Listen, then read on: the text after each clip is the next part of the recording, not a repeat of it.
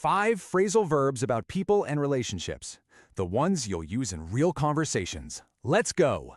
Hello, everyone! I am so happy you're here with me today. You know, I just love breaking down the English language to make it easy and fun for you. Today, we're going to learn some really useful vocabulary together, and I'll be right here guiding you every step of the way. Okay, let's dive into our first word. Get along. Get along. Get along.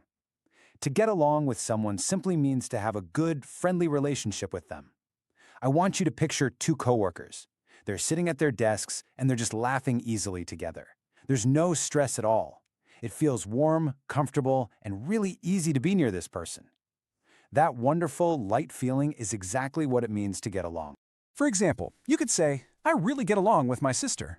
Just imagine you're sitting in a small, quiet cafe, enjoying a cup of coffee with someone whose company you absolutely love. You might smile and say, we get along because we both love music. Or maybe you're starting a brand new job, and a friend asks you, do you get along with your new boss?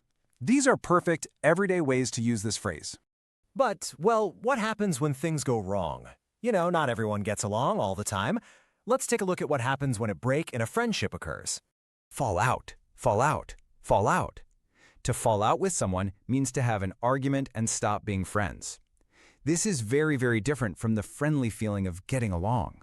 I want you to paint a sad mental picture for a moment. Think of two old friends who suddenly just stop talking to each other. They don't call, they don't text, they have a bad fight, and the friendship breaks. So getting along is friendly, but falling out is a break. Here's how we use it in a real conversation. They fell out over money.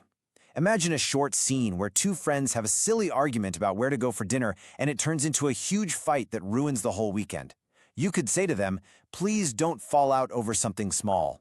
Or if you had a problem at home, you might sigh and say, I fell out with my neighbor. Now, are you ready for the good news? Let's move on to a happier, much more positive idea. Make up, make up, make up. If falling out is the fight, making up is the peace. To make up means to become friends again after a fight. It means you forgive each other.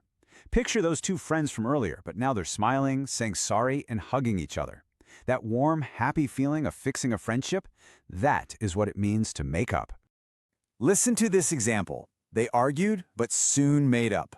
Imagine a quiet, sad day after a big fight. Finally, someone picks up the phone, calls their friend, and simply says, I'm so sorry. You can say, it is time to make up. Or you might tell your family happily, we made up after our big fight. It really is a beautiful feeling to make up. So, we've talked a lot about friends. Now let's talk about the romantic one. Break up, break up, break up. To break up means to end a romantic relationship. This word carries a heavy, serious feeling. Picture a couple sitting together on a couch, looking very sad, deciding that they must go their separate ways. The romance is finished. Now this is super important. We need to compare these words, because these two are very easy to mix up. Look at the first one, fall out. We use this for friends ending a friendship. Now look at the second one, break up. We use this for couples ending a romance. Remember this simple rule. Friends fall out, but couples break up. They broke up last month. Imagine a sad scene where someone has to put their ex-partner's clothes in a box and return them. It's tough. You might tell your friend, my brother broke up with his girlfriend. Or you might just sigh and say, breaking up is always hard to do. Okay, take a deep breath. We are totally done with the sad words. Let's move to a warm one to finish our vocabulary lesson today. Look up to, look up to, look up to. To look up to someone means to admire and respect them. Draw a vivid mental picture of a young child watching their older sister. The child's eyes are wide with complete admiration. They want to be exactly like her. That beautiful feeling of total respect, that is what it means to look up to someone. I've always looked up to my mom. Imagine you are trying to make a big decision, and you go to an older, wiser person because you want good life advice from a trusted mentor. You could say, he looks up to his favorite teacher. Or you can use it for people you respect in general, like saying, we look up to honest people. Wow, we've learned all 5. Let's walk through a quick difference check. Getting along is being friendly. Falling out is arguing and stopping being friends. Making up is becoming friends again. Breaking up is ending a romantic relationship. And looking up to someone is admiring them. The absolutely crucial point here is that rule again. Friends fall out, while couples break up. Keep that clear in your mind. Look how far you've come today. Let's read a short story that clearly shows how all 5 of these words work together in real life. I'll read it slowly. We used to get along, then we fell out, but we made up. My cousin broke up with her boyfriend, and honestly, I look up to how strong she's been.